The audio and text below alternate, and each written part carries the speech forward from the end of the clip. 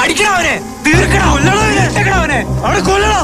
നമ്മൾ അനാഥരാണ്, ഗുണ്ടകളല്ല. എന്തിനാടാ കൊന്നിട്ട്?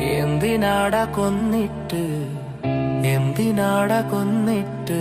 ഇയാളുടെ മകളും നമ്മളെ പോലെ തന്തയില്ലാതെ വളരാനോ? ഇയാളുടെ മകളും നമ്മളെ പോലെ തന്തയില്ലാതെ ജീവിക്കാനാണോ? ജനിച്ചു വീണ അന്ന് തന്നെ അച്ഛൻ മരിച്ചെന്നുള്ള ചീത്തപ്പേര്. വീണന്നു തന്നെ അച്ഛൻ മരിച്ചെന്ന ചീത്തപ്പേര് ജീവിതകാലം മുഴുവൻ ആ കുഞ്ഞു കേൾക്കാനോ?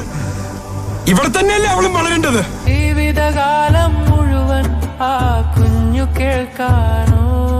നമ്മൾ അനാഥരാണ്, പക്ഷെ ഗുണ്ടകളല്ല. നമ്മൾ അനാഥരാണ്, ഗുണ്ടകളല്ല.